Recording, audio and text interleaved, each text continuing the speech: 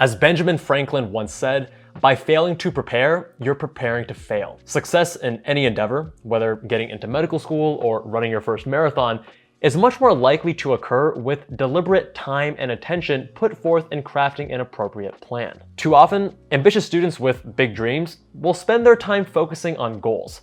They want to be a future neurosurgeon, or a multimillionaire, or be ripped with a six-pack. But focusing too much on goals is actually not an effective way of going about setting and achieving what you define as success. There are three issues with focusing on goals. First, winners and losers have the same goals. We concentrate on those who end up winning and mistakenly attribute their success to their ambitious goals. This is a textbook example of survivorship bias. Second, achieving a goal is only a momentary change. When you solve problems at the results level, you only solve them temporarily. In order to have sustained improvement, you need to solve problems at a systems level. And third, goals restrict your happiness. The implicit assumption behind any goal is that once you reach the goal, and only then, will you be happy. As a pre-med, you understand the concept of delayed gratification in becoming a doctor. That's exactly what's going on here. Goals create a dichotomy.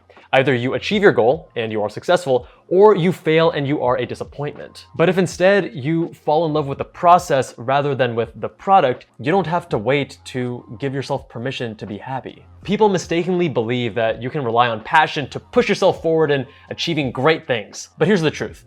Passion is like talk. It's cheap. Anyone can be passionate about any number of issues, but that's not what gets results. Self-discipline, work ethic, and focus that are facilitated by intelligent and deliberate systems are what actually deliver results. You will not always feel passionate. There will be times during your journey when you don't want to wake up early or put in the work or do something that's challenging but necessary for your end goal. Where's the passion in those situations? Systemic facilitation and discipline are what will allow you to endure those challenging times and perform the important tasks even when you don't feel like it. Do you think athletes always love training and playing their sport?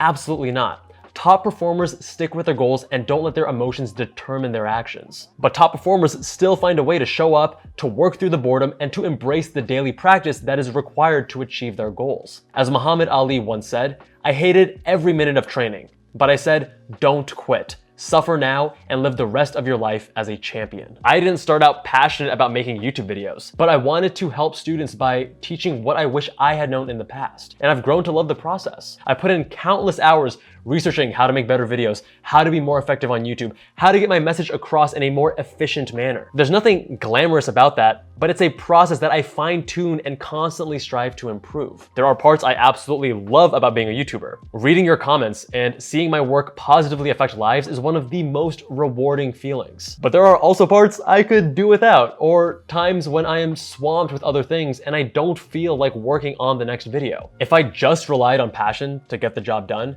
I would not be making a video every week. Same thing with plastic surgery. Being in the operating room was blissful, but that isn't all there is to plastic surgery. Taking Triple Call, where we covered face trauma, hand trauma, and plastic surgery call together on the same day, was brutal to say the least. Staying up for 38 hours straight without any downtime was the norm. And no surgeon really likes clinic either. I mean, we prefer the operating room, but it's a necessary part of the process. Even though it wasn't perfect, I loved the process and I loved plastic surgery. So how do you learn to love the process? It's a matter of reframing. We often focus on success as being an event. If I make $1 million, then I will be happy. If I get into medical school, then I will be successful. In focusing on the events, we fail to recognize the process behind each event. People who consistently achieve their goals possess great commitment to the process. They fall in love with the daily practice, not the individual event. If you want to be in the best shape of your life, then losing weight may be necessary, but you're only going to get there if you fall in love with the process of eating healthy and exercising consistently. Living life for the end game, that end goal, teaches us that any step along the path is a reminder that we aren't there yet. We begin to feel like a failure. If you put all your focus on the final results while ignoring the process, you will never feel fulfilled because your happiness is based on the results and not the process. Practicing the process is not always glamorous, but it will get you where you want to be if you learn to embrace it. So start with baby steps and build on them over time. As you get better at being an effective pre-med and notice your improvements, you will fall in love with the process. You will fall in love with the grind. Don't chase passion, find passion in what you do. All results are a byproduct of our everyday actions and habits, and that is where the magic happens.